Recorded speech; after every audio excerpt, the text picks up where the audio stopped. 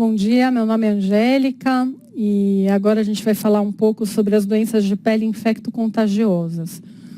Para a gente conseguir condensar em isso uma aula, o que foi feito? Foram pegas as provas de residência dos últimos anos e feito um levantamento de quais são as doenças mais recorrentes nas provas e baseado nesse cálculo estatístico, montei aqui na ordem, mais ou menos, as doenças mais comuns de serem abordadas em prova de residência.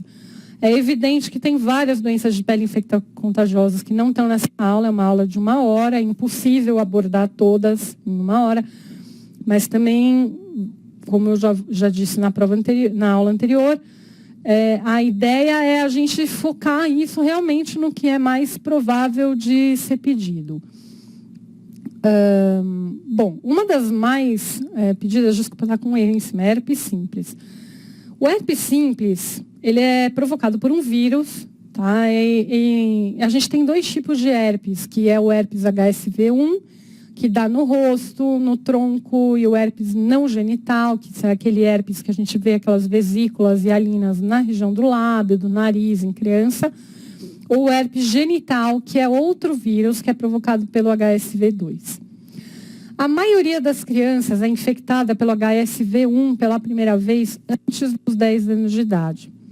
A primeira infecção, geralmente é super dramática, uma gengivite herpética primária super forte, que dá pequenas úlceras na cavidade oral, a criança fica sem comer, às vezes passa batida e não diagnosticada, porque a mãe interpreta aquilo como uma dor de garganta, uma estomatitezinha, na verdade é a prima infecção herpética. Na prima infecção pelo HSV2, você tem a vulvovaginite herpética, que é uma herpes intensa da região da vulva, ou no HSV1 você pode ter uma queratoconjuntivite herpética. O diagnóstico é feito principalmente clinicamente, não é um diagnóstico que tem muita dificuldade. Ele dá vesículas e alinas que ficam agrupadinhas num aspecto que a gente chama de herpetiforme. E o diagnóstico laboratorial, que a gente faz até em consultório, às vezes chama citodiagnóstico de Tzanck. O que você faz? Você perfura algumas vesículas, faz um esfregaço do conteúdo numa lâmina de vidro e você cora com o corante de Tzanck específico. E quando você olha no microscópio, você vê células gigantes multinucleadas, elas ficam todas agrupadas e multinucleadas. Isso é bem característico de infecção por herpes. O tratamento é com aciclovir, 200 miligramas 5 vezes ao dia por 5 dias, ou com valaciclovir, que a posologia é um pouco melhor, que é 500 miligramas, 1 ou 2 vezes ao dia. Quando você pega a herpes, em geral, o herpes, o vírus não vai embora do seu corpo. Então, todas as vezes em que a sua imunidade cai, a pessoa tende a manifestar novamente a doença. Por exemplo, uma das coisas que faz a imunidade cair é uma gripe, uma febre. Então, a pessoa desenvolve aquele herpes na região labial superior, que inclusive em inglês e em francês tem o nome de fever bouton de fièvre, que é de você ter a febre e aparecer esse tipo de lesão, ou no orifício nasal em criança. E isso é uma coisa importante de lembrar, porque na criança é mais comum o herpes no nariz do que na boca. E o herpes genital também tem esse problema, quando a imunidade cai por uma febre ou por alguma baixa imunidade, algum tratamento medicamentoso, se desenvolve. Outra coisa que abaixa a imunidade das pessoas e que desencadeia muito a lesão labial é o sol. Quando a pessoa se expõe muito ao sol, vai para a praia, o sol tem a característica de diminuir um pouco a quantidade de linfócitos da pele. Então, abaixa a imunidade e o herpes se manifesta. Um outro tipo de doença provocada pelo vírus do herpes é o vírus da varicela herpes zoster, o HHV3, que é exclusivo dos seres humanos. A varicela, famosa como catapora, tá? É uma doença viral em que você vê lesões com vários estágios de evolução. O citodiagnóstico também pode ser feito por esse exame de Tzanck, que eu falei que você faz a perfuração de uma vesícula, esfregaço, e você vê as células gigantes multinucleadas.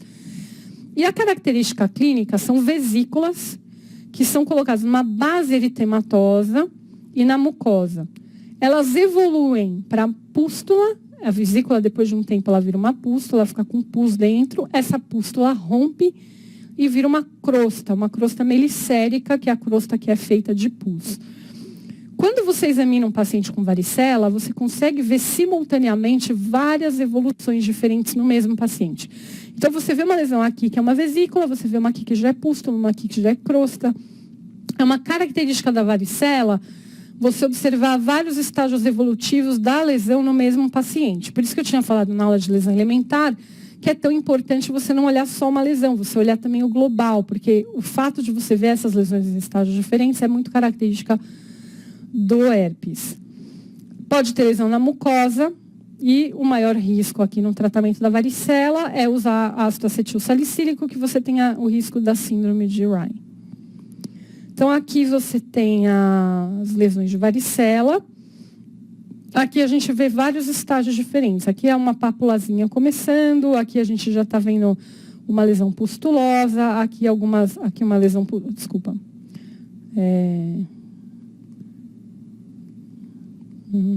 Aqui a gente já está vendo aqui uma lesão pustulosa, aqui nessa região. Aqui tem várias pústulas, aqui a gente está vendo algumas pápulas iniciando.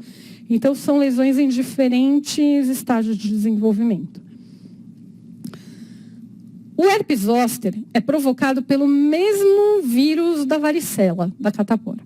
Quando a pessoa pega a varicela, ela é curada do quadro de varicela. Só que o vírus, ele fica armazenado nas terminações nervosas. Ele é o ponto em que ele fica realmente latente.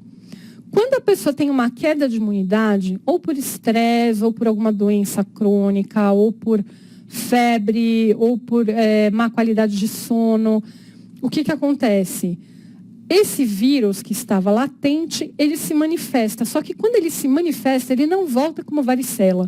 Ele nunca mais vai voltar como varicela. Ele vai voltar como herpes zoster.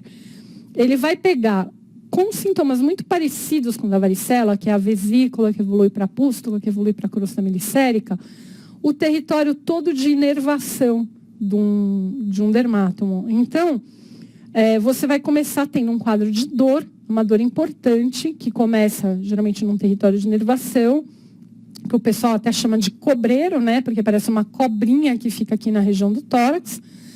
Depois de algumas horas, ou eventualmente dias, começa uma erupção no local, com vesículas herpetiformes, que ficam agrupadinhas, né, em grupos herpetiformes, que evoluem para pústulas e para crosta.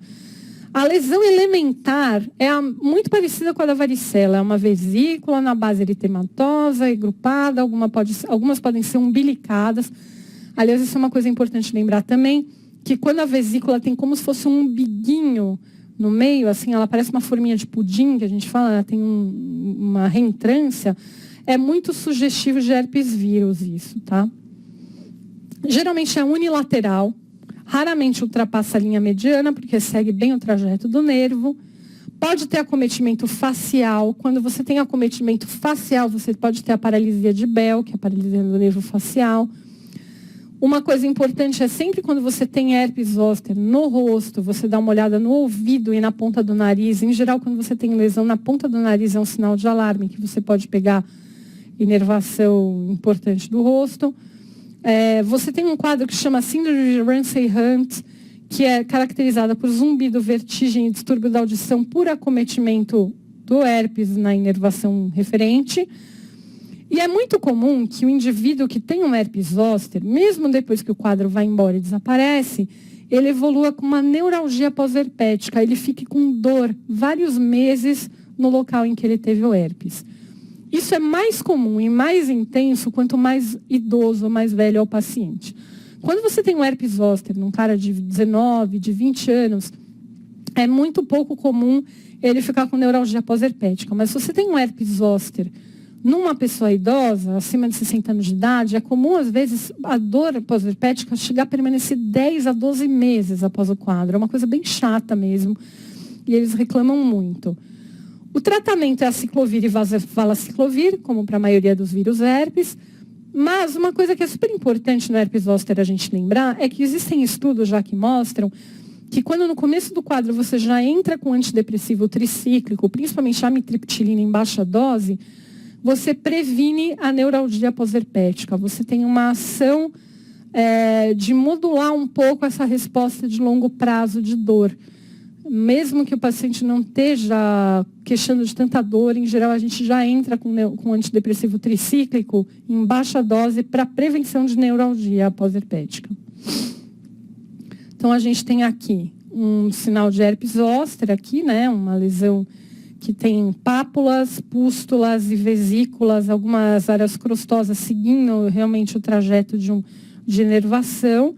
E aqui você tem um quadro de região que pega o ouvido e nervo facial, aqui que eu falei que é um sinal de alarme, que a gente precisa ficar de olho. Temos também os vírus do HPV, que são os papovavírus, super relevantes em medicina. Por tudo que vocês imaginarem, eles aumentam o índice de câncer de colo de útero, aumentam o índice de câncer de laringe. Existem vários tipos de HPV, tá? Então, assim, isso aqui é decoreba. Eu juro para vocês que isso já caiu em prova de residência. Isso aqui eu acho um absurdo eles fazerem as pessoas decorarem esse negócio. Eu não vejo muito porquê, mas já caiu. Então, assim, por favor, anotem isso, tentem decorar que existem esses tipos de HPV. Os HPVs que dão verruga vulgar, plantar e palmar são esses tipos aqui que, olha, eu não sei qual é a lógica deles fazerem as pessoas decorarem esse negócio, mas eles fazem. Ou verruga plana, que são esses outros tipos histológicos, tá? As verrugas anogenitais, cervicais, orofaringe e vias aéreas, tem algumas que têm baixo risco de dar câncer. Então, esses aqui também eles vão fazer vocês decorarem. Que são as 6, 11, 13, 30, 32. Aqui tem um errinho, tá? Esse 0 aqui não existe. 42, 44, 55. Verrugas anogenitais, papilomas e displasias cervicais, papilomatose bauenoide, que dá no pênis, câncer de genital cérvix, com alto risco de câncer. Porque quando você vai descobrir qual é o HPV que aquela mulher tem no colo do útero, que o homem tem no pênis, não basta você saber que é um HPV, você tem que ver qual é o tipo do HPV que o cara tem, para você saber se ele é um HPV que tem alto risco de câncer ou que tem baixo risco de câncer. E os caras esperam que vocês saibam de cor aqui quais são os que dão alto risco de câncer. Sei lá qual é a regra mnemônica para lembrar disso. E tem os vírus que estão relacionados com uma doença genética chamada epidermodisplasia verruciforme, que é uma doença que, por baixa imunidade, a pessoa tem uma tendência maior de ter verrugas no corpo inteiro, que são esses daqui de baixo, tá? Não me perguntem a lógica, eu realmente acho isso totalmente desproposital e inútil, mas tem duas questões de prova de residência que falam: assinale quais são os HPVs que têm mais risco de câncer. Aí uma questão é 39, 40, não sei o que lá. Você fala, tá bom, então tá aí na aula para vocês, para anotar isso. Bom, ainda falando da parte de verruga, né, a gente tem... O que é a verruga na prática? É um vírus que contamina o queratinócito e ele causa uma proliferação do epitélio da pele e da mucosa, causada por N tipos de HPV, como vocês viram anteriormente. Então, você tem a verruga comum, que é a verruga vulgar, você tem a verruga na sola do pé, que é a verruga plantar, a verruga plana, que é uma verruga retinha aqui que ela é achatadinha, a verruga genital, condiloma acuminado, que dá geralmente nos genitais também, que é uma lesão pré-maligna, que precisa de tratamento. Você tem condilomas gigantes, que tem o nome de Buschke-Lowenstein, que dão nas nádegas e na região genital, que são lesões muito grandes. A papilomatose bauenoide, que são lesões verrucosas no corpo do pênis. Ou uma doença genética, que é a epidermodisplasia verruciforme, que é uma doença em que a pessoa tem uma deficiência imunológica, que ela desenvolve verrugas múltiplas no corpo inteiro por herança autossômica recessiva. Isso também já caiu em prova de residência. A epidermodisplasia verruciforme, que é uma doença genética com verrugas planas, por herança autossômica recessiva. Se eu não me engano, era isso que eles perguntavam. Tratamento das verrugas. Olha, perguntem para qualquer dermatologista que vocês conhecerem. Verruga é um problema muito simples e uma das coisas mais difíceis de tratar que tem. Elas são super recidivantes, super chatas, especialmente em área queratinizada, tipo dedo e pé. Os tratamentos são com ácido nítrico fumegante, com nitrogênio líquido para você tratar por frio, injeção de bleomicina, que não pode ser usada em gestante, importante. Tem uma prova de residência que caiu assim, gestante com quadro de condiloma acuminado, assinale quais as alternativas que não podem ser usadas. Uma delas é a bleomicina, e é importante isso aqui, porque gestante não pode tratar verruga genital com bleomicina, porque bleomicina é teratogênico. Imiquimod é um tratamento possível. Epodofilina também é outra questão importante, que cai de tratamento em gestante. Então, quais são os remédios que vocês têm que lembrar quando cair a questão da prova, de como é que você vai tratar um condiloma acuminado, ou um CA de colo de ou uma lesão de colo de útero, numa paciente gestante? Vocês têm que lembrar que não é a podofilina e não é a bleomicina. Esses não podem ser usados por gestante nenhuma. Questão importante de prova de residência. Por favor, anotem, parem nesse tema aqui, que isso aqui cai em muita prova. Olha, acho que peguei 5 ou 6 provas anteriores que tinham especificamente desses 2 medicamentos, mais a podofilina, porque a podofilina foi até o que eu pus em vermelho, porque ele repete mais do que a bleomicina. Mas decorem isso, anota aí num papelzinho, num post-it, cola aí na frente do seu computador e lembra da podofilina, please. Molusco contagioso. Às vezes cai em questão de pediatria isso aqui, tá? Por isso que eu estou falando. Ele é provocado por um vírus que se chama parapoxvírus. O nome desse vírus nunca caiu em prova de residência, acho que não vale a pena perder tempo decorando. Mas a lesão dele é uma pápula, que ela é semi-hemisférica e ela geralmente tem um biguinho no meio. Olha, não sei se vocês conseguem ver aqui, olha, que aqui bem no meio da lesão vocês conseguem ver um biguinho, parece uma forminha de pudim. Ela tem uma discreta depressão central e ela é muito fácil de tratar porque ela é séssil. Quando você passa uma cureta, ela sai inteirinha, porque é uma bolinha assim, fica só uma erosãozinha embaixo. Ela dá no tronco, nos membros e no genital. O tratamento de molusco contagioso é curetagem. O tratamento principal, que é o que tem menor custo, a maior eficácia, é cureta. Um sinal importantíssimo que vocês têm que ter de molusco contagioso é prestar atenção no molusco contagioso em adulto, tá? Porque quando você pega uma criança com molusco contagioso, você está no seu território de segurança. Molusco contagioso em criança é uma coisa que é comum, que passa de criança para criança. Agora, em adulto, pode ser doença sexualmente transmissível, especialmente quando na região virilha e genital. Ou, se é um molusco de grandes dimensões, é aquele molusco grande, eu já cheguei a ver molusco de 3 centímetros no rosto, isso é super inusual, no HC eu já vi. É geralmente sinal de HIV positivo, tá? Então, o molusco em adulto, quando ele é pequenininho, ok, não se preocupe, pode ser uma professora de escola de criança que pega um monte de criança, ela pode ter pegado molusco, não vamos partir por aí. Ou se for na região de virilha ou genital, pode ser indicativo de doença sexualmente transmissível. Mas lesões pequenas. Agora, quando você está com um paciente adulto com uma lesão grande, de grandes dimensões, umbilicada no meio do rosto, você tem que pensar sempre em HIV positivo. Ou uma doença tumoral chamada queratoacantoma, que dá esse aspecto também de depressão na região, que é às vezes parecido com o molusco contagioso de grandes dimensões, com a diferença que o queratoacantoma ele é endurecido e mais queratinizado. Então, o tratamento, que nem eu falei, é curetagem, nitrogênio e imiquimod. Letras garrafais, vermelho, prova de residência, por favor, prestem atenção. Paciente adulto com molusco contagioso de grande dimensão, especialmente no rosto, obrigatório, sorologia para HIV, tá? Eu nunca vi, e olha que eu vi muito, paciente com molusco grande no rosto que não era HIV positivo, tá? É quase patognomônico, eu arriscaria dizer. É muito, muito característico. Então, assim, lembrem, por favor, coloca no segundo post-it essa questão aí, que é uma favorita de prova de residência. Micose do couro cabeludo. Outra pergunta que eles adoram perguntar nas provas, porque é super comum em creche, é super comum em escola pública, é super comum em todos os lugares, em em que as crianças são institucionalizadas e os médicos têm que saber diagnosticar, mesmo que não seja dermato, qualquer médico tem que saber diagnosticar uma criança institucionalizada ou não com tinha do couro cabeludo. Ela é uma doença fúngica do fio do cabelo, comum em criança, rara no adulto. Você tem alguns tipos de tinha do couro cabeludo, mas as principais que a gente vai falar é a tonsurante.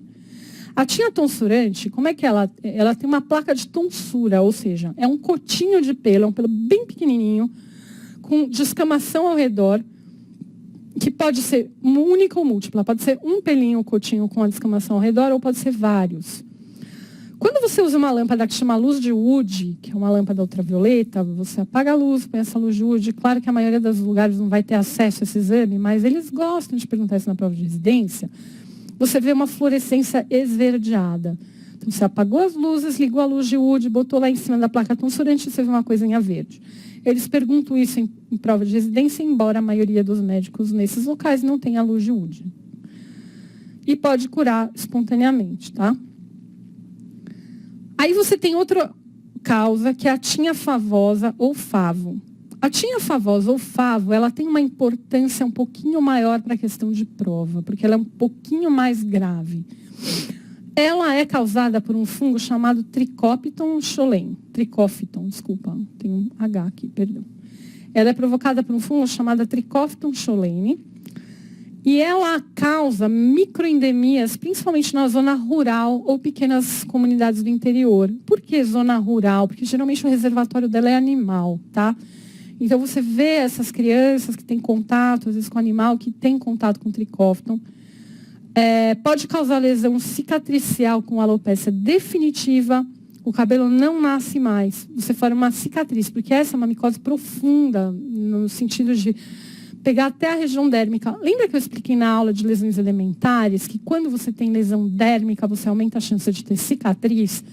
É o que acontece aqui, tá? Esse Trichophyton, ele atinge a pele num nível mais profundo e aumenta a chance de você ter lesão cicatricial. Começa com umas lesões pequenininhas, que parecem umas crateras em volta do folículo do pelo. Esse sinal chama Godet ou escútula fávica, tá? Quando você liga a luz de Wood no quarto escuro com a lâmpada ultravioleta, você vai ver uma fluorescência verde palha. Também pergunta de prova de residência.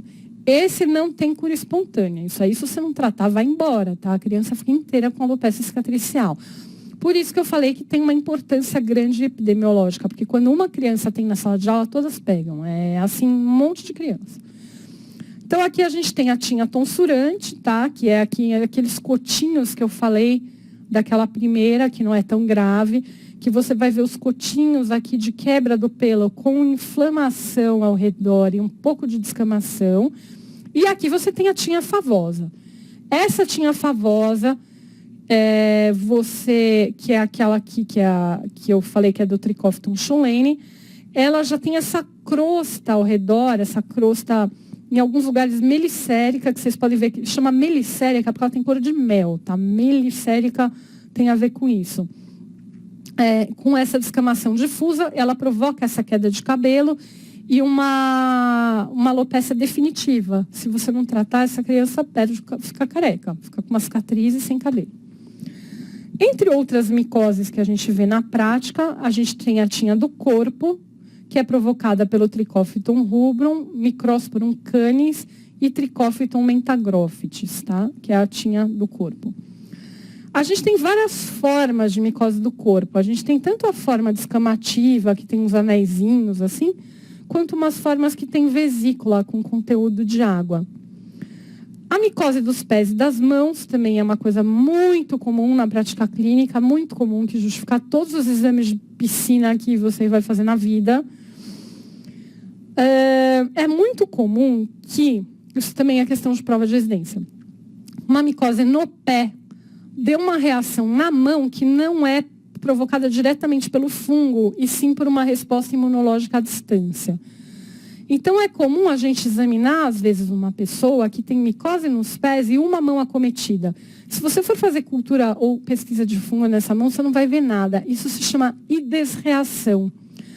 Às vezes o paciente se queixando da mão, porque as pessoas às vezes não olham o próprio pé. Então o cara fala, doutor, eu estou com essa mão aqui descamando. Aí você fala, deixa eu olhar o pé do senhor. Aí se descobre no pé lá, se afasta o dedo, está cheio de micose. Aí você descobre que isso é uma reação de hipersensibilidade em foco à distância, tá? O nome dessa reação é dermatofítide. Ela não tem fungo. Questão de prova de residência. Lesão na mão, em uma mão, porque geralmente é em uma mão, tá? Quando é nas duas, geralmente é porque tem micose na mão também. Quando é numa mão só, geralmente é resposta imunológica à micose no pé. Então, apareceu aí questão de prova. Paciente com tinha dos 2 pés, com uma mão acometida, com descamação. Qual é o diagnóstico mais provável? A, acometimento da mão por fungo. B, reação de hipersensibilidade chamada dermatofitose. Ó, a pegadinha. Tinha essa questão. Terceiro, reação de hipersensibilidade chamada dermatofítide. Olha as pegadinhas que eles colocam. Então, assim, lembra, a dermatofitose é a micose em si. Você vai lá pesquisar o fungo, você achou o fungo, você tem uma dermatofitose. Quando é uma reação de hipersensibilidade à distância, que não tem fungo na pesquisa, ela é a dermatofítide. Lembra deste nominho também, porque já caiu em prova de residência essa pegadinha chata da nomenclatura, tá? Bom, aí a gente tem a tinha crural, que é a da virilha, que é comum no homem e rara na mulher pela própria anatomia, né? Porque a região escrotal do homem provoca uma dobra que aumenta a sudorese, o abafamento da região, a umidade, que é a condição favorita dos fungos. O fungo gosta de lugar úmido, quente e abafado. Provocado pelo Trichophyton rubrum, Epidermophyton floculosum e Trichophyton mentagrophytes. Você tem a micose de unhas, que é provocado por Trichophyton rubrum, Epidermophyton e Microsporum cândida. E a tinha incógnito, que é uma infecção fúngica modificada por tratamentos errôneos, principalmente corticoide, tá? Então, você trata uma tinha errado, você acha que uma alergia se dá corticoide, ela muda totalmente de aspecto, ela perde aquele aspecto característico de tinha e fica mais difícil de você tratar. Bom, continuando falando deste tema, a gente tem também as esporotricoses. A esporotricose é uma micose profunda causada por um fungo chamado Sporotrix schenck. É muito comum no Brasil, principalmente por contato com planta. A inoculação é direta na pele ou na mucosa. Você pega naquele cara que trabalha na lavoura, naquele cara que corta cana, que se machuca, que tem a porta de entrada, ou tem algumas pessoas que também fumam palha, que podem ter esporotricose na região da boca. Pode dar no membro superior, no rosto. É menos frequente no membro inferior e rara no tronco. A forma mais clássica da esporotricose é a forma chamada cutâneo-linfática. Você vai ter uma porta de entrada, o cara se machucou, é aquela lesão do jardineiro que o pessoal fala. O cara se machucou, ele entra no sistema linfático, ele sobe pelo sistema linfático e no trajeto linfático ele dá pápulas ou nódulos que vão subindo por todo o trajeto linfático até o linfonodo de drenagem. Você tem a forma cutânea localizada, você pode ter uma lesão só local, que o diagnóstico é mais difícil, não é tão clássico. E a forma cutânea disseminada, que eventualmente é mais comum em quem é imunodeprimido, tá? E você tem as formas extracutâneas da esporotricose, que eu não vou falar aqui, que são as esporotricoses de órgãos internos, mas que não cabe na aula de dermato. Então, a cutânea linfática é a mais clássica e é a que eles mais gostam de perguntar à prova e também é a mais comum. Começa com uma lesão papulonodular ou ulcerada no ponto que inoculou. Então, o cara estava lá jardinando, cortando a rosa dele, feliz e contente, pum, machucou. Começa com um cancro esporotricótico, que é o nome dessa porta de entrada. A partir desse ponto, vai aparecendo essas lesões no trajeto linfático, que chama o cordão de linfangite. E ele recebeu um nome de aspecto de rosário, porque ele parece um terço mesmo. Vai entrando uma corda, que tem uma bolinha aqui, uma bolinha aqui, uma bolinha aqui, uma bolinha aqui, parece um terço mesmo. Então, a gente fala que é aspecto de rosário. Nos adultos, é mais frequente na extremidade e nas crianças é rosto, mucosa oral ou ocular. Então, aqui a gente tem um quadro de dedo, né? Aqui é o ponto de inoculação inicial, que a gente tem até aqui uma área necrótica, tá? tá? O ponto de inoculação inicial é bem comum, você tem um pontinho de necrose, e aí você tem a linfangite ascendente. O negócio entrou aqui no sistema linfático, e ele começou a dar uma lesão aqui, subiu uma para cá, a gente já viu uma aqui. Então, isso aqui vai subindo progressivamente. A mesma coisa aqui no braço. Vocês estão vendo que tem uma gaze aqui, né? Isso aqui provavelmente, eu não me lembro direito dessa foto, mas provavelmente aqui é o ponto de inoculação, porque o ponto de inoculação, ele fica feio, necrótico, ele fica purgando, estudando e tal. Então, é aqui que está coberto. Aí, então, você tem uma lesão aqui, foi subindo. Isso aqui é esporotricose cutânea linfática, não dá para esquecer. E vocês estão vendo aqui na pontinha da flecha que eu vou colocar, que tem uma pústula. Então, aqui tem outra pústula. É comum você ter essas pústulazinhas assim no meio, tá vendo? Essas bolinhas de pus bem no meio da lesão e elas vão tendo esse trajeto. A esporotricose, o diagnóstico dela, questão de prova de residência também, por favor, é cultura em água sabuô, que é uma das opções. Exame micológico direto, você examina direto na lesão. Ou exame histopatológico, que você vai ver granuloma. Tá? Granuloma é uma organização, na verdade, de macrófagos ao redor de um agente que forma uma cápsula, encapsula num granuloma. E o teste da esporotriquina. O teste da esporotriquina, a finalidade dele, para ser bem sincera, é muito mais para cair em prova do que na vida real, porque a gente não usa esporotriquina no dia a dia, é difícil de você fabricar a esporotriquina. Na verdade, a esporotriquina é muito parecida com o teste da tuberculina. Você tem uma suspensão do princípio ativo irritante, né? Irritante não, do princípio ativo modificado, que você injeta, você faz um prick test, assim, uma puntura na pele, e depois de 48 a 72 horas você vê se você teve reação, se você teve halo ao redor. É muito parecido com o teste da tuberculina que a gente faz, com o teste de hanseníase, que também não é muito comum no nosso meio, mas também existe. E o tratamento é iodo ou iodeto de potássio. É o tratamento clássico da esporotricose, tá? Via endovenosa. Bom, agora saindo um pouco dos fungos, vamos falar um pouco de leishmaniose. Eu vou falar só da leishmaniose cutânea, eu não vou falar da visceral, porque a visceral é tema da MI, da infecto, e aí não iria dar tempo de eu tratar os outros temas que eu preciso falar aqui na aula de dermato, tá? Mas a transmissão do animal para o homem é por flebotomínio, como vocês lembram, tá? E a gente tem as formas diferentes de leishmaniose. A gente tem a forma tegumentar oriental, a forma tegumentar alimentana, a tegumentar difusa. Essas são as formas que a gente tem na pele, tá? E a gente tem as formas viscerais, que são aquelas que eu falei que vocês têm que ver mais de mim. Que é a visceral indiana, que é o calazar, a mediterrânea infantil, neotropical, americana, etc., que eu não vou trabalhar aqui, que é aquelas formas que pegam a região abdominal, etc. A leishmaniose tegumentar americana é a que a gente tem mais comum aqui no Brasil, tá? Porque ela é provocada pela Leishmania brasiliensis, e é nessa que eu vou me focar. Porque vocês estão vendo aqui que a gente tem outros tipos de leishmania que a gente encontra na região, no oriente da terra, na região oriental. Então, assim, não é isso que é o que é mais importante para a gente. Vocês têm que lembrar o seguinte, na prova de residência, o que eles vão querer é que vocês dominem as doenças que são realmente mais frequentes e mais importantes na população e mais relevantes para saber no dia a dia. Então, no caso aqui, seria a Leishmania brasiliensis, que é a que é comum no nosso meio, tá?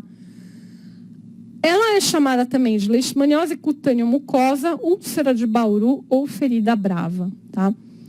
Ela começa com uma lesão de pele ulcerada, geralmente na região mucosa, com forte resposta imunocelular.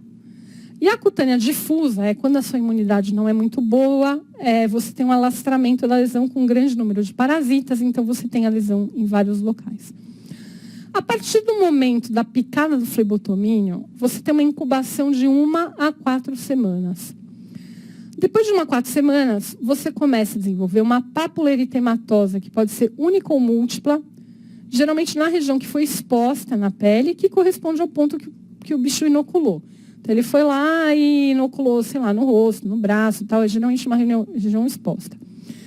No lugar da picada, você vai fazer uma linfadenopatia satélite. Então, se for no rosto, você vai ter uma satélite no pescoço. Se for no braço, vai ter uma satélite na região axilar. E assim por diante. Você vai ter sempre uma linfangite com uma adenopatia satélite.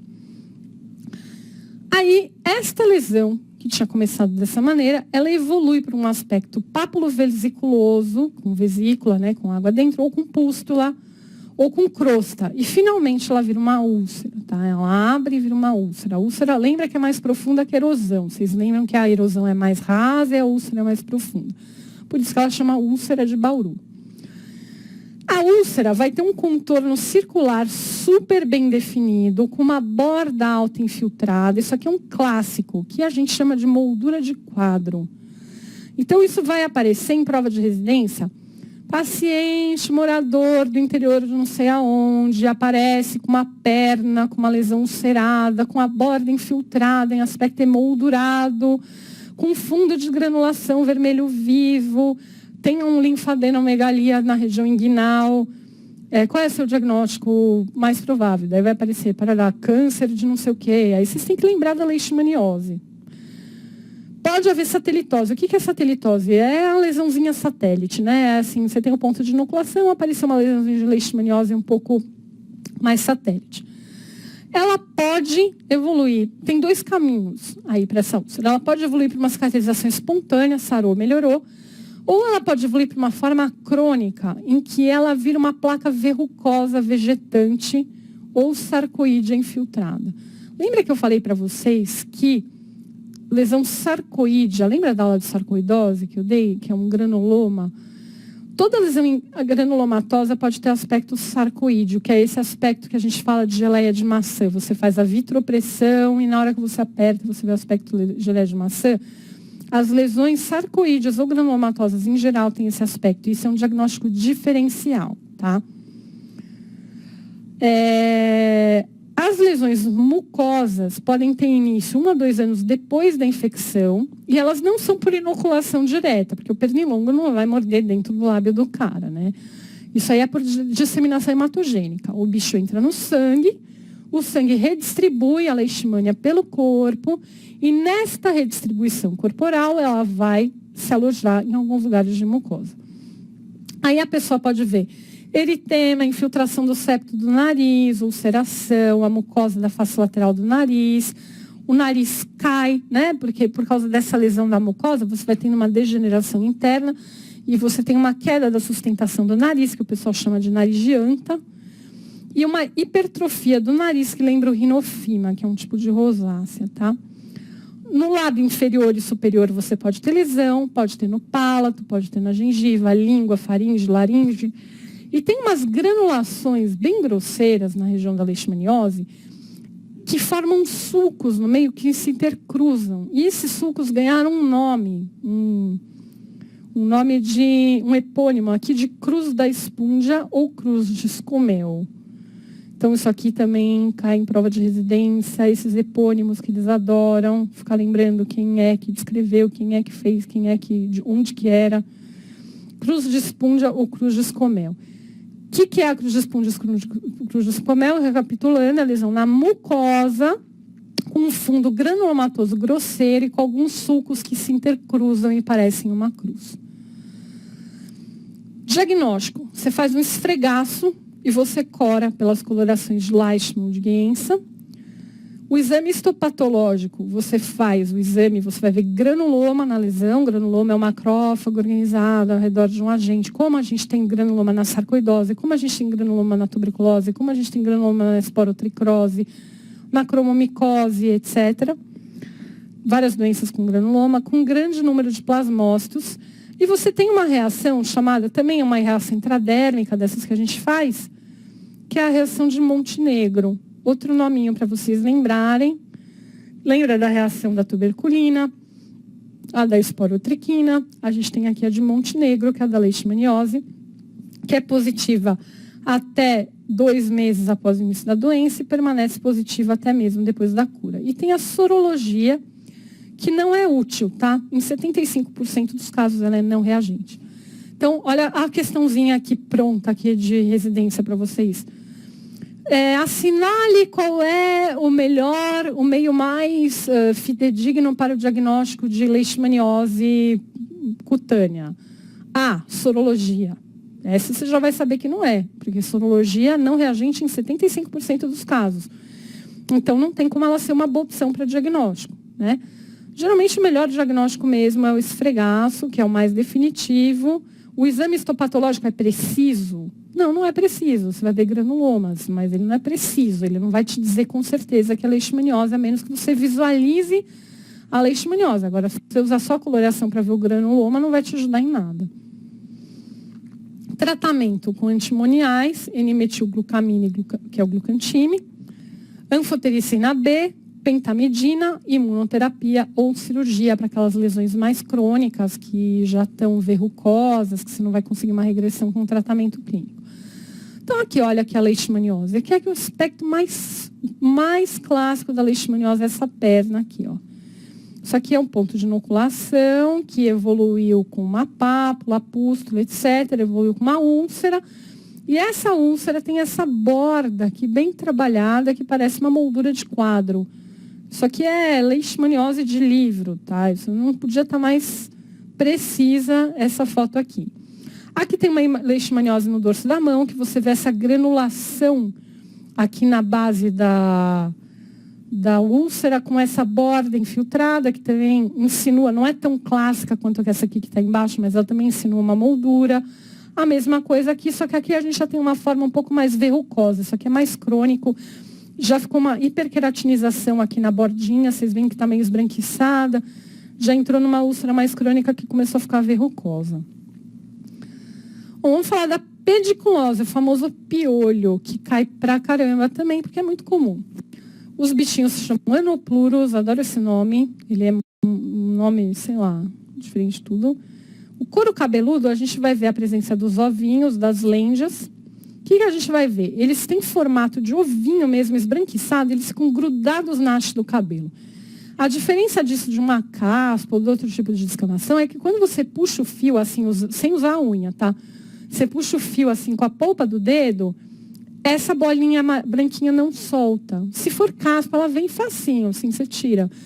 Quando é lenja, né? Quando é pediculose, você não tira, você puxa aqui e o bichinho fica grudado. Quando você puxa na unha, aí ele vem. Isso aí é muito característico. E o sintoma mais comum da pediculose é coceira na nuca. Então, vocês fiquem sempre atentos com quem chega reclamando de coceira crônica na nuca. Caça o cabelo para ver se o cara não está com pediculose. No corpo, você pode ter sintoma também de prurido, urtica, que pode ser reação até de hipersensibilidade. E você pode ter um tipo de pediculose que é do corpo, que pode dar algumas doenças, quando o bichinho, angiomatose bacilar, febre das trincheiras, doença da arranhadura do gato. Isso aqui é um tema mais da infecto, eu não vou me alongar muito, mas é só para vocês saberem que não é só no cabelo que tem. Você também tem o chato, que é o pediculose do pubis, que é a ftiríase, que é literalmente o piolho da região do pubis, né, da região dos pelos genitais. É uma doença que pode ser considerada sexualmente transmissível também. Ela vai ter um diagnóstico bem parecido, só que às vezes ele fica mais inserido aqui na base do pelo. A lenja, não sei se dá para ver aqui na foto, ela fica na haste do pelo, ela fica no comprimento do pelo.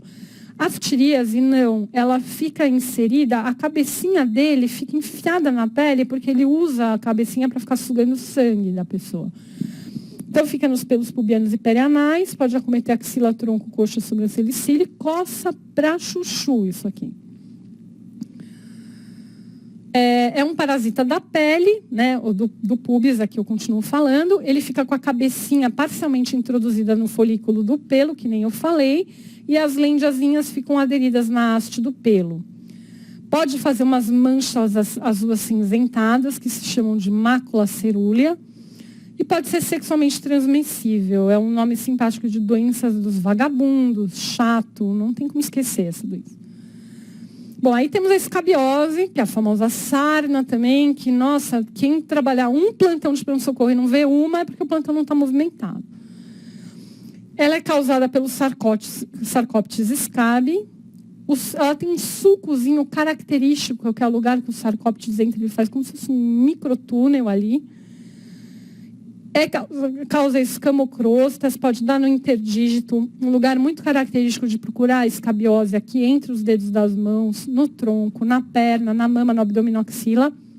E uma característica que os pacientes relatam é que a coceira é pior de noite. Então aquele cara fala, não, eu só acordo 2 da manhã, eu não aguento de vontade de me coçar. Em nenê, a distribuição é um pouquinho diferente. Pode dar no couro cabeludo, no pezinho e na mãozinha. Então aquele bebê que tem aquela mãozinha que ele não para de coçar, e criança, quando se coça, ele esfrega uma perna na outra, né? É um sinal meio característico para você saber que criança tem coceira, porque criança pequena não reclama de coceira, dica para a vida, é que a criança esfrega os pés um no outro. Às vezes a coceira não é nem na perna, às vezes a coceira é no tronco e a criança fica esfregando as perninhas. É sintoma de prurido em criança, tá?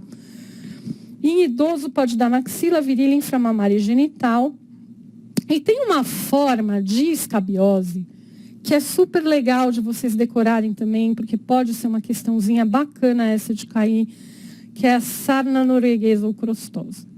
Quando você pega um vovozinho, um senhorzinho institucionalizado, ou um paciente HIV positivo, ou algum imunodeprimido, existe uma forma de sarna, de escabiose, que a pessoa sofre uma hiperinfestação de parasita. Ela fica com parasitas alastrados por todo o corpo. E aí a manifestação dela não vai ser aquela clássica daquelas pápulas que dão na barriga, que dão no interdígito, que tem um microtúnelzinho que parece uma vírgula, que é a entradinha do Sarcóptes. É diferente esse quadro. Esse é um quadro que é quase, é muito descamativo, às vezes dá até um aspecto meio verrucoso, e é comum em desnutrido ou pessoas de higiene precária. O tratamento é permetrina, ivermectina e enxofre, tá? Então a gente tem aqui, olha, o túnelzinho causado pela fêmea do Sarcóptes. Ele entrou por aqui, aí ele saiu andando por baixo da pele e ele fez um túnel.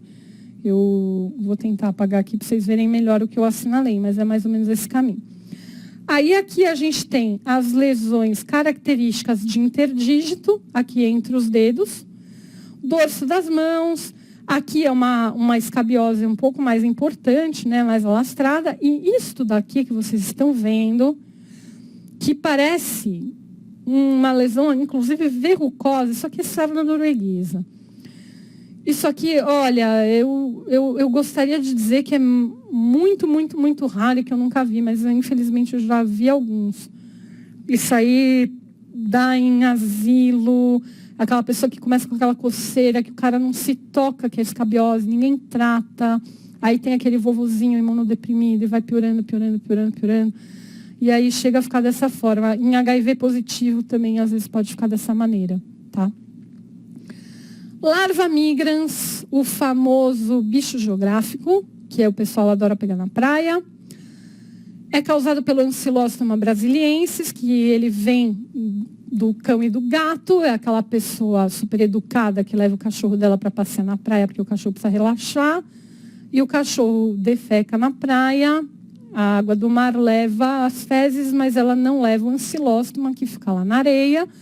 Então, as pessoas que vão caminhar na areia da praia pisam no ancilóstoma, em resíduo do ancilóstoma, e ele entra dentro da pele e ele não tem a capacidade de penetrar o sistema mais profundo, mas ele fica se deslocando por dentro da epiderme, fazendo esse trajeto linear e sinuoso, que dá uma coceira desgraçada, que o cara tem vontade de arrancar a pele fora. O tratamento é albendazol, ivermectina ou pomada de tiabendazol, que é o tratamento para a maioria dos parasitas.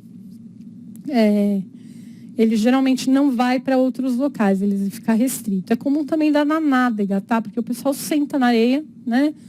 E aí forma o trajeto da larva migrans na região da nádega. Agora, gente, esse tema aqui, por favor, abracem com carinho. Isso aqui é a questão certa, tá? Questão certa.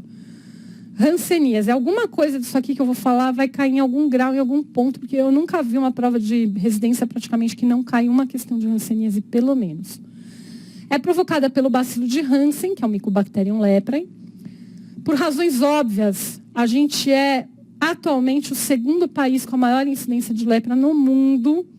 A gente só está perdendo para a Índia nesse quesito. Então, é fundamental, e eles não vão largar o osso de botar isso em questão de residência. Os bacilos, eles são eliminados nas vias aéreas superiores e áreas da pele ou mucosa erosada, e eles também podem ser eliminados na urina, fezes, suor, leite materno, secreção vaginal e esperma. A via de contágio é o contato íntimo e prolongado. Se estima que você tenha que conviver com uma pessoa portadora de hanseníase por pelo menos 5 a 10 anos para você ser portador da doença. Então, apertar a mão do cara com hanseníase, dar um abraço no cara com hanseníase, você não vai pegar hanseníase. A chance é, assim, nula, tá? Você precisa desse contato de pelo menos 5 a 10 anos vivendo na mesma casa que a pessoa, usando o mesmo talher, a mesma toalha, o mesmo banheiro, dormindo na mesma cama, praticamente, para você se tornar um portador da doença. Doente contagiante. Quando você identifica um paciente com MH, com hanseníase, com moléstia de Hansen, você só identifica quem passou a lepra para ele em 50% dos casos. Em geral, a gente faz um screening na família. Quando você identifica alguém com MH, você manda trazer a família inteira e pesquisa as lesões. A doença se incuba entre 2 a 5 anos após a transmissão e ela se multiplica tanto no sistema nervoso periférico quanto na pele de uma forma extremamente lenta. Às vezes você vai ver os sintomas depois de 10, 20 anos de contágio. O tipo de manifestação depende do sistema imunológico. Eu sempre falo que a hanseníase, ela é uma doença muito mais dependente do sistema imunológico do paciente do que do bacilo em si. Depende da reação macrofagocitária que ele tem. Se ele tiver uma reação macrofagocitária muito boa, ele vai conseguir conter aquela infecção em forma de granuloma. Se ele não tiver, a infecção vai alastrar para a forma virchoviana, que é o que a gente vai falar mais para frente. Então, aqui, questão importantíssima. Você tem um método de colorir o bacilo da hanseníase, que chama método de Ziel-Nielsen. Os bacilos viáveis têm formas de bastonetezinhos que se coram de vermelho. Vou repetir 100 vezes isso quanto precisar. Não dá para cultivar o bacilo de Hansen em cultura.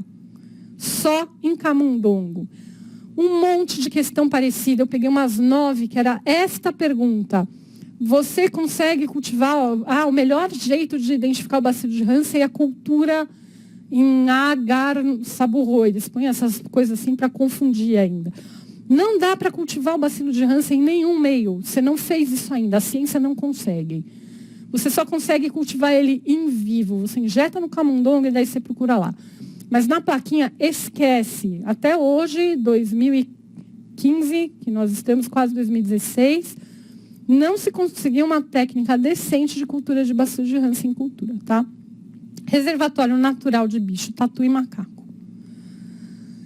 Ele é altamente infectante, mas baixo patogênico e pouco virulento. Então, a gente estima que grande parte da população, mesmo sem saber, já tenha tido contato com o bacilo, mas nunca tenha manifestado nada. Porque, que nem eu falei, é uma doença que depende muito mais da imunidade da pessoa do que da virulência do bacilo. A minoria das pessoas infectadas adoece. Então, você pega uma família que moram 10 pessoas na mesma casa, lá no Nordeste, lá, 2 têm hanseníase, os outros 8 não têm nada, mesmo tendo convivido lá íntimo e prolongadamente com o portador de hanseníase. Ele tem um tropismo pelos nervos periféricos, todas as manifestações clínicas da doença a gente consegue identificar esse tropismo. E aí, conforme a imunidade da pessoa, ela tem polos para os quais ela se manifesta, muito parecido com a manifestação da tuberculose. Vocês lembram que a tuberculose, quando o cara tem uma imunidade boa, ela vira uma tuberculose granulomatosa. Ele consegue conter aquilo num granuloma. E quando o cara não está com imunidade boa, o bacilo da tuberculose se alastra e você tem uma tuberculose miliar. Com a hanseníase é a mesma coisa. É um bacilo alcoácido resistente como o da tuberculose. O comportamento deles é semelhante, apesar da distribuição no corpo ser um pouco diferente. Quando você tem uma resposta boa, você vai conseguir conter esse bacilo num granuloma. Então, você vai ter uma resposta boa ao teste epicutâneo. Você vai fazer o teste epicutâneo lá do cara e você vai ter uma boa resposta inflamatória, porque a imunidade dele está boa. Então, você é um cara que tem positividade do teste intradérmico, tá? Não esquece, tuberculoide, competente imunologicamente, competente na resposta ao exame intradérmico. São poucas lesões, né, justamente porque a lesão não se alastra. São bem circunscritas, porque elas são todas circunscritas por um granuloma. Pode ser uma placa de cor rosa eritematosa, eritemato acastanhado, em geral é assimétrico. E você tem uma diminuição da sensibilidade térmica. Térmica, não esquece isso, térmica. Nossa, eu já ouvi cada bobagem, assim, dos negócios de falar, testar com agulha. O senhor sente aqui? Ai, sinto. Ah, então não é hanseníase. Gente, esquece isso. É sensibilidade térmica, calor e frio. O teste correto da hanseníase é com éter. Você vê uma lesão suspeita, você embebe, molha um pouquinho de algodão no éter. Na ausência de éter, não é tão bom quanto usar álcool, mas o correto é usar éter. Você toca e o éter evapora e dá a sensação de frio na pele. Então, neste teste, a pessoa não percebe a diferença dentro da lesão e fora da lesão. Quando está inalterado, o cara fala frio, quente, quente, frio. Você sempre vai testando com um algodão seco e um molhado para o cara diferenciar. Quando você coloca na lesão com hanseníase, o cara não descobre a diferença do que tem éter e o que não tem. Para ele é tudo quente. As lesões eritematosas também não suam. A gente tem um teste que é um exame que chama pilocarpina, que você injeta dentro da lesão para estimular a suar. A lesão de hanseníase, ela não sua, porque você tem uma lesão da terminação nervosa e a pilocarpina estimula o suor, mas a terminação nervosa não consegue comunicar para a célula que ela tem que suar. Então, você não tem suor na lesão de hanseníase. A hanseníase tuberculoide, apesar de ela ser mais constrita, um dos problemas que ela dá é justamente pela reação inflamatória ser boa. Então, ela dá neurite, ela dá espessamento do nervo fibular, ela dá atrofia muscular, ela dá mão em garra. Às vezes o paciente fica doente por causa da resposta inflamatória que ele tem, não por causa do bacilo. Então, o cara ele tem uma infiltração do nervo ulnar por causa do bacilo de Hansen, e o corpo vai lá e faz uma reação inflamatória naquele nervo ulnar tentando combater, ele fica doente justamente por causa da reação inflamatória. O cara vai ficar com problema do nervo ulnar, com aquela mão em garra. Pode ter problema na úvea, quem vai fazer oftalmo, pode ter problema de uveíte. Pode provocar queda de pelo localizado na hanseníase tuberculoide. Lesão tuberculoide em raquete é um nervo espessado que parece que emerge de uma placa. Então, você tem uma placa, um nervo espessado. Isso se chama lesão em raquete. Esse nome é importante lembrar. E é o tipo de hanseníase, ironicamente, lembra disso. Quanto melhor a sua imunidade, mais a hanseníase prejudica o cara. É um paradoxo. É o tipo de hanseníase que mais provoca sequela. Porque o cara não fica doente do bicho, ele fica doente da reação que ele tem ao bicho. Ele fica doente por causa da neurite, ele fica doente por causa da uveíte. É isso que acaba prejudicando. Então, aqui alguns sinais de hanseníase tuberculoide. Uma característica é que a lesão é muito bem delimitada. Ela pode ser ou hipocrômica ou eritematosa. Pode, eventualmente, você ver uma alteração de textura da pele. Quando você vê uma lesão assim, é sempre interessante fazer o teste térmico para comparar dentro e fora. Você encosta o algodão com éter dentro, fora. Qual está mais quente, aqui ou aqui? Aí você compara com o algodão sem nada. E aqui a gente vê um espessamento neural, tá? Tá bem característico aqui um espessamento neural por causa de neurite por hanseníase. Então, ela tem o nome de tuberculoide porque ela forma granulomas como a tuberculose.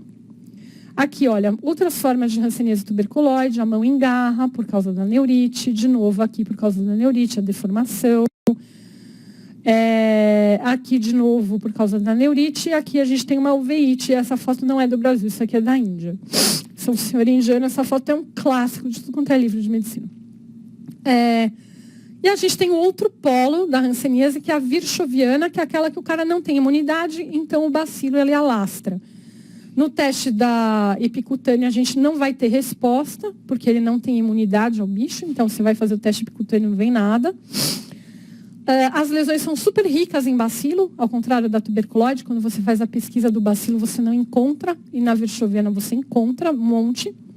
É mais comum em homem, por alguma razão genética e imunológica que não está bem esclarecido.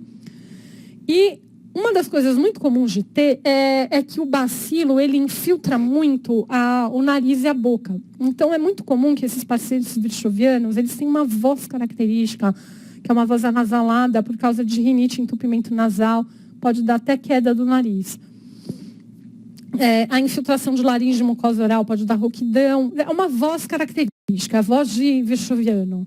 Uma coisa que você vê muito em ambulatório de hanseníase e se acaba pegando. Infiltração do testículo pode provocar hipoandrogenismo. Então, esses homens, por causa de infiltração testicular, eles acabam fazendo ginecomastia, eles têm infertilidade, eles vão perdendo pelos, eles vão ficando com uma feminilização do fenótipo. Você observa isso, tá? Bom, as lesões são polimórficas, em geral, elas são mal definidas, com limite impreciso, justamente porque o corpo não consegue delimitar. Às vezes, por excesso de infiltração do próprio bicho, pode ter pápula nodular, isso não é por causa da imunidade, é por causa do próprio bicho. Aí fica uma infiltração difusa da pele.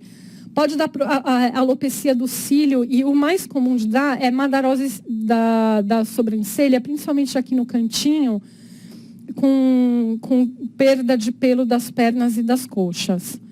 Os pavilhões auriculares podem ficar espessados, com nódulo, pode ter umas bolinhas que parecem rosário, e pode ter infiltração difusa do rosto e dar uma cara de leão na pessoa, por isso que chama de faces leonina.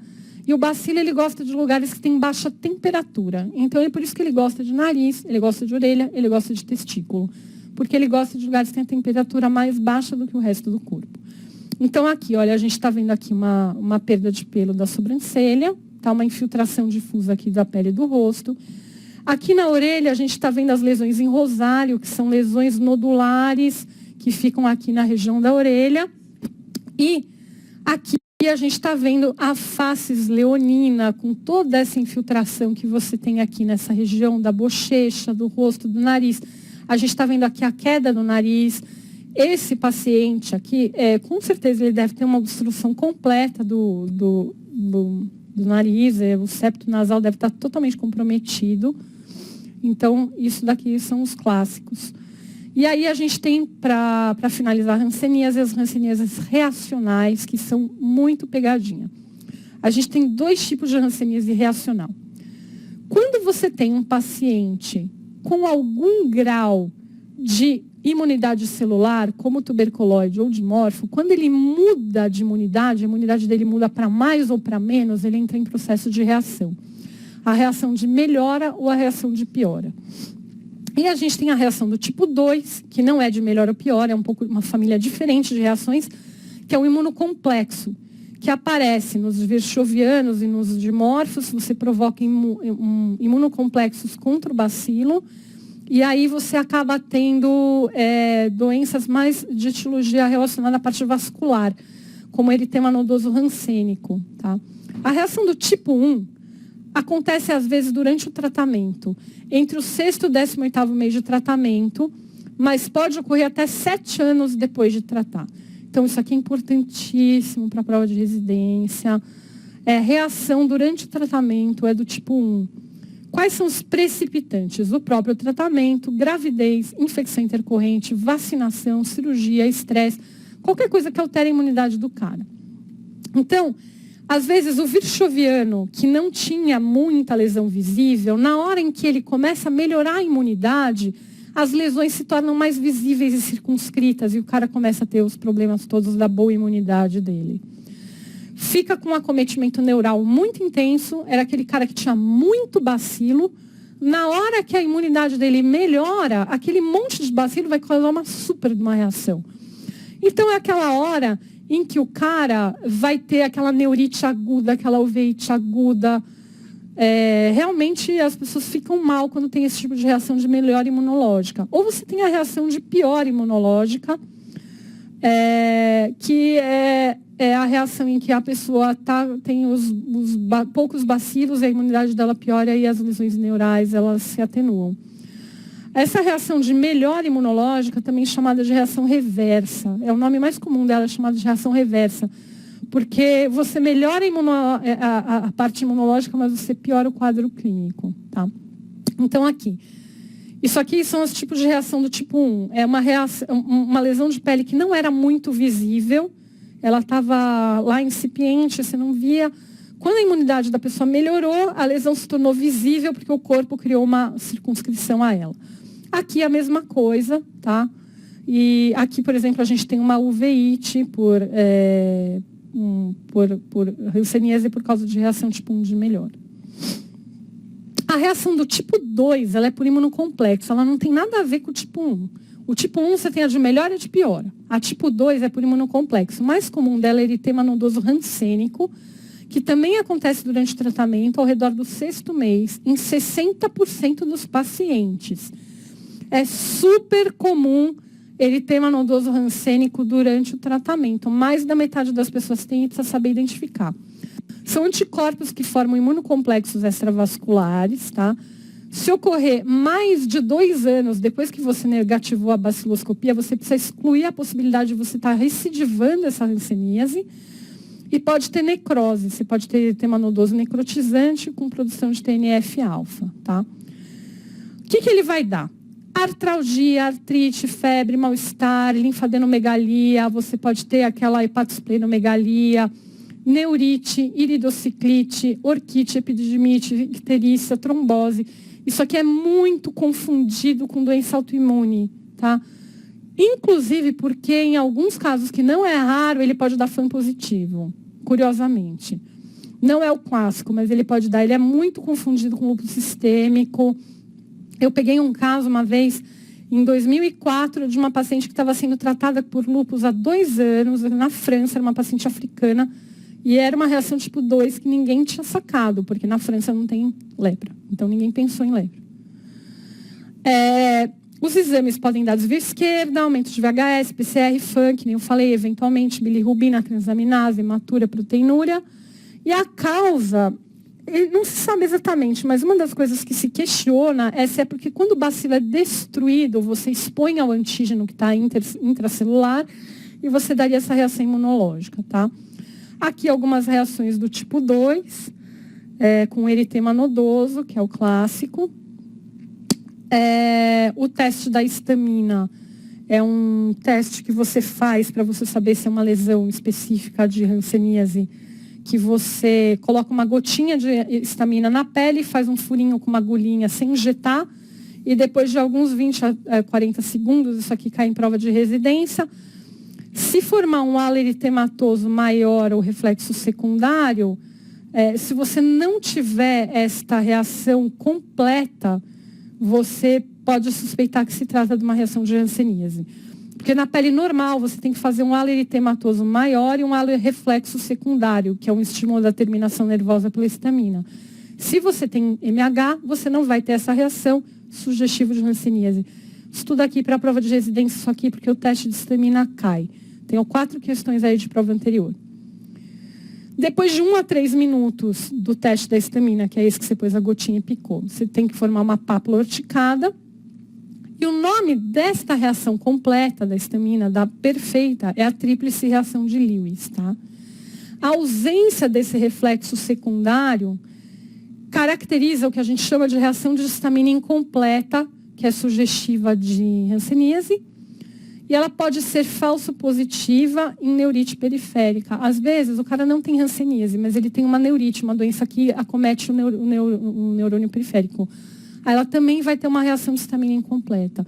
Isso aqui é importante também em prova de residência. É patognomônico de hanseníase, uma tríplice reação de Lewis incompleta?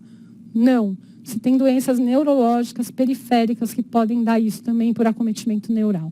A hanseníase não tem exclusividade desse tipo de acometimento neural. Tratamento. Eu não vou citar isso aqui, mas eu vou fazer um quadrado, porque eu quero que vocês decorem. Porque isso aqui cai, e eles vão perguntar, eles vão querer saber a dose. De paucibacilar, que é com dapsona 100 mg ao dia, autoadministrada, que a pessoa toma sozinha em casa. Rifampicina 60 mg ao mês, supervisionada. Então, o cara tem que ir até o posto, para o médico dar na frente, a enfermeira dar na frente dele. Ó, o senhor toma aí que eu vou olhar.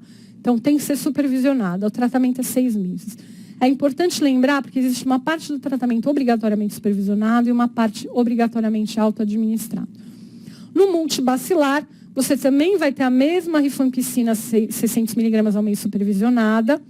Você vai ter a mesma dapsona 100 mg ao dia autoadministrada, só que você vai ter clofazimina em 2 administrações. Uma de 300 ao mês, que é na presença do médico, e uma de 50 ao dia, que é autoadministrada, por 24 meses. A multibacilar, o tratamento é mais prolongado, tá? Opções terapêuticas para quem tem alergias ou intolerâncias aos medicamentos acima. É quinolona, ofloxacina 400 ao dia, claritro ou minoxiclina. Questão super importante de residência, em gestante o tratamento não muda. É o mesmo. Em estado reacional tipo 1, você associa prednisona, principalmente se tiver neurite. E em estados reacionais tipo 2, o tratamento é talidomida 100 a 400 mg ao dia, que pode ser associado à prednisona se tiver iridociclite, orquiepididimite e mão reacional. E, evidentemente, não pode ser administrada para mulheres em idade fértil. Se for, porque é extremamente teratogênica, né, problema de formação de membros. Se a talidomida for vital para aquela pessoa, se tiver uma reação tipo 2 brutal, que às vezes acontece, é uma burocracia gigantesca, mas eventualmente dá para... Mas assim, para fins de prova não se dá.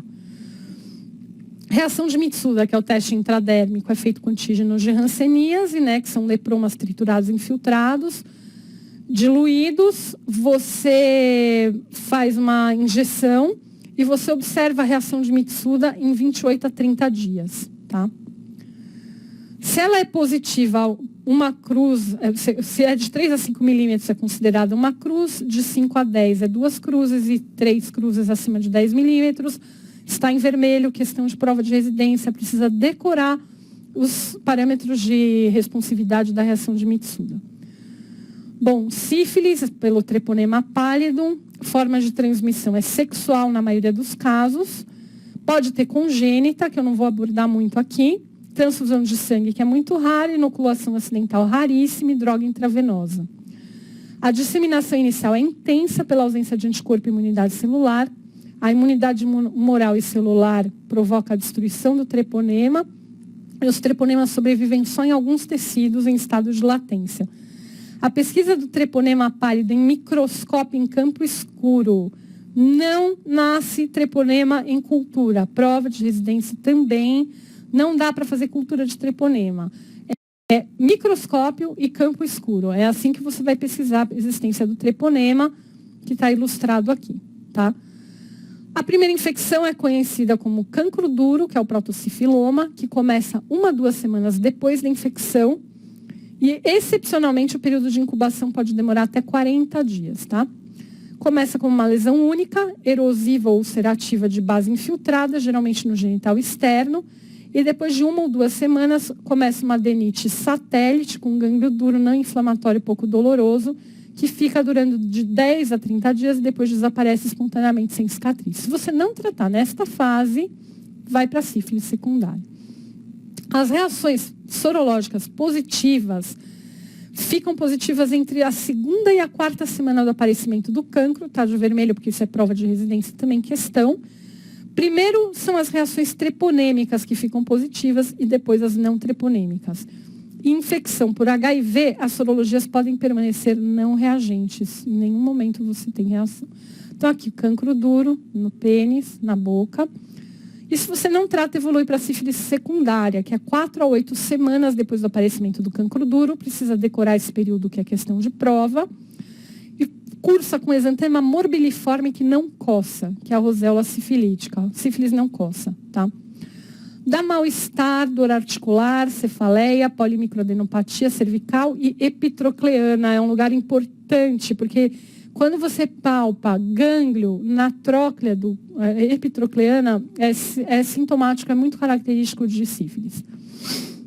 O desaparecimento é espontâneo por aparecimento de anticorpos que propiciam imunidade relativa, tá?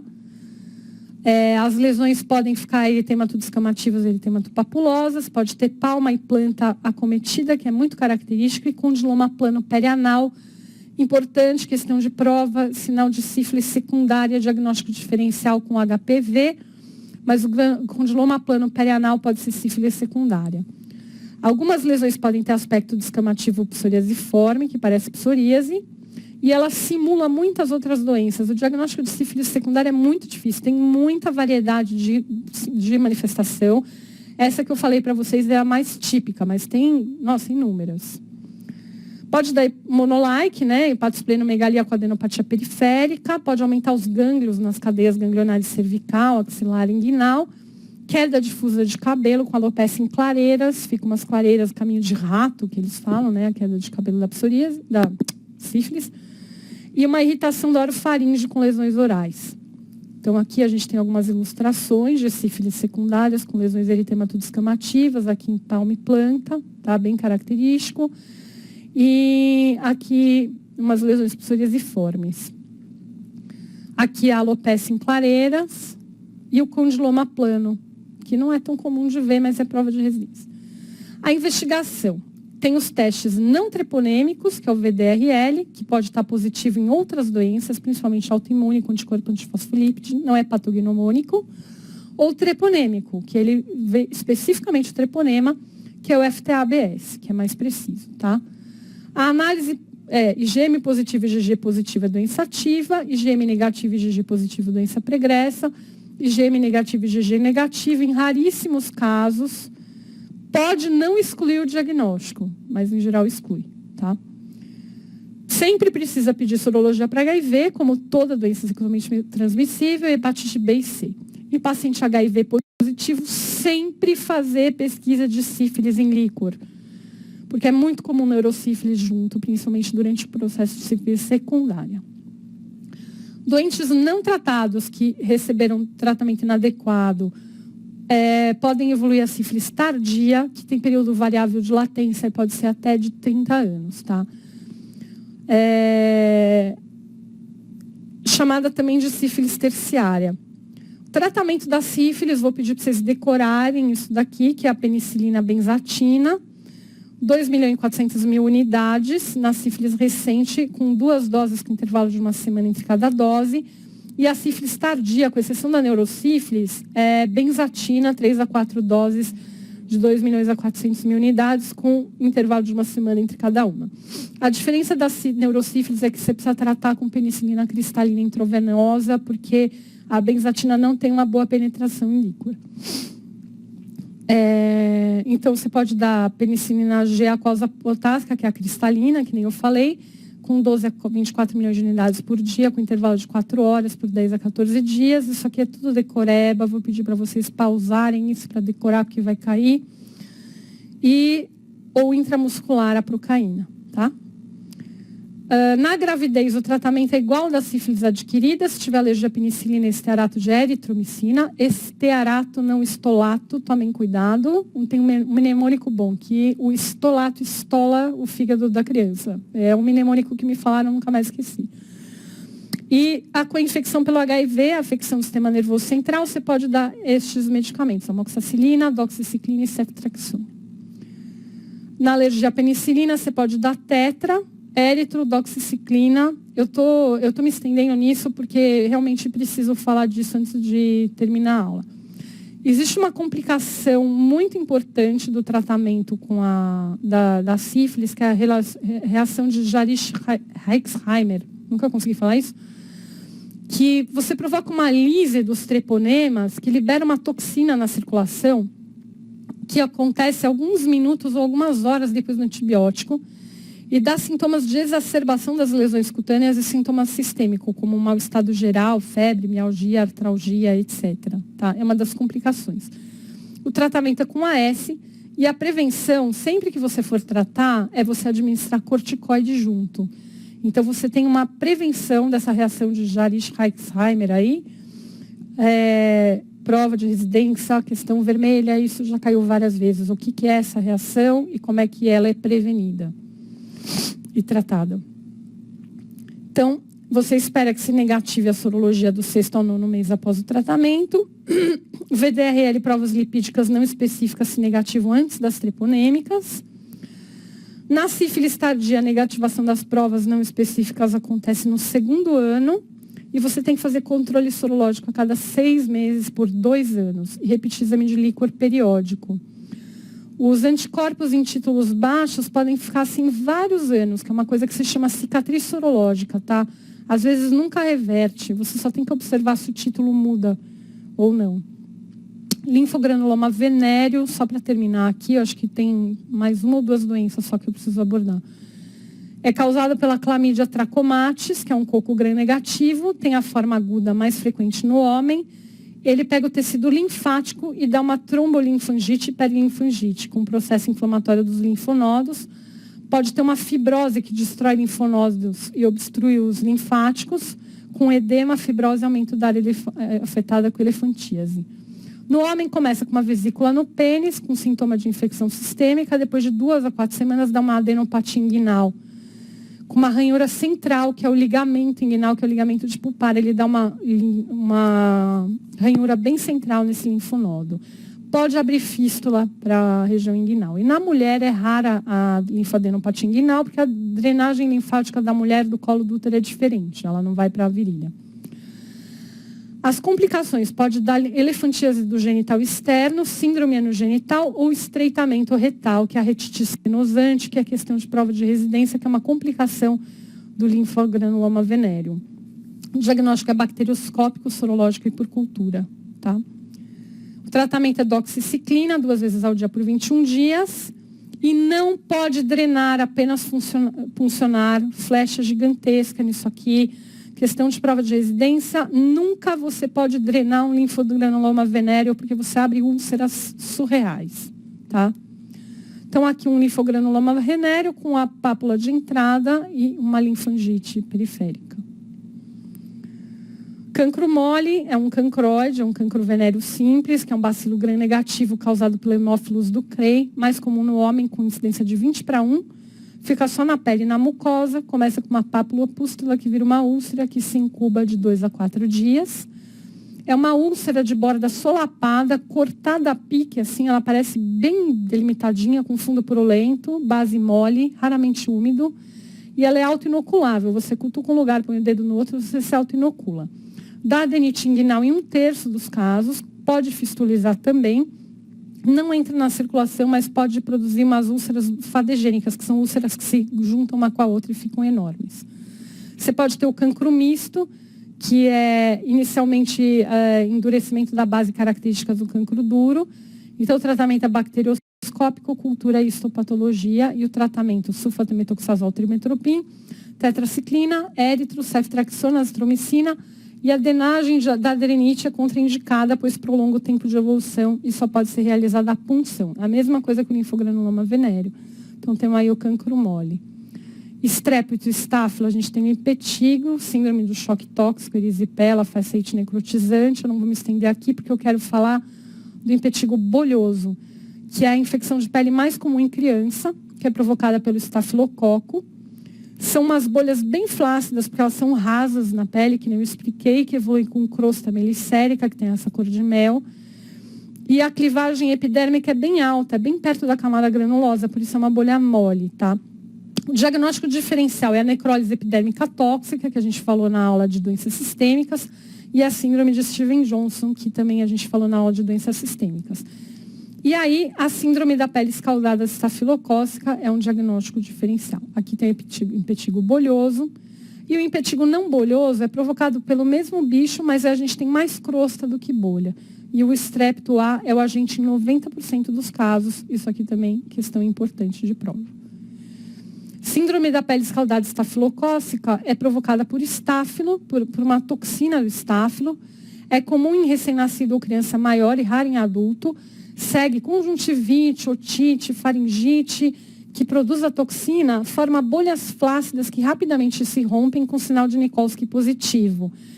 E o tratamento é oxacilina IV. Como vocês podem ter entendido aí, visto aí, o diagnóstico diferencial aqui é com a necrólise epidérmica tóxica e Steven-Johnson, porque é muito parecido, tá?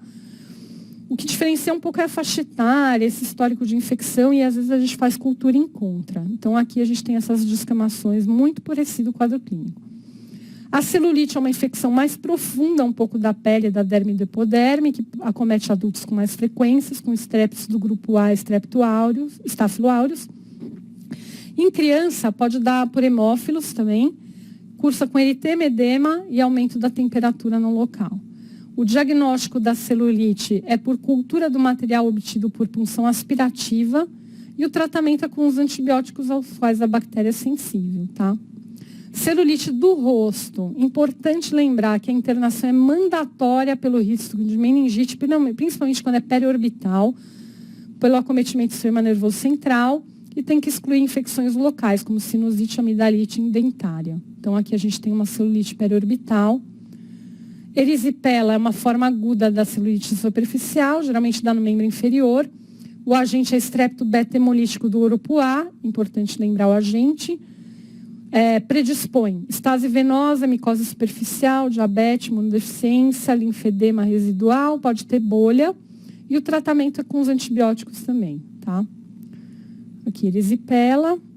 E, desculpa eu ter me estendido 25 minutos além do horário, mas é que realmente era uma aula para falar de doença infecto-contagiosa e eu não podia deixar de falar desses temas. Desculpa não ter me detido tanto no final, porque isso daqui eu sugiro que vocês voltem nos slides e depois olhem com calma, porque tem muita coisa que é decoreba e que precisa lembrar. Eu acho que o mais importante realmente desta aula é a hanseníase. Eu iria pegar firme no tema da hanseníase, decorar a questão do tratamento, do diagnóstico, da tríplice reação, dos sinais dos testes de histamina, porque isso aí sempre cai, é uma questãozinha garantida, sabe? É uma questão que pode fazer a diferença para você, para entrar na vaga que você quer. Então, qualquer dúvida que vocês tiverem, pode entrar em contato, que eu estou à disposição, tá? Obrigada.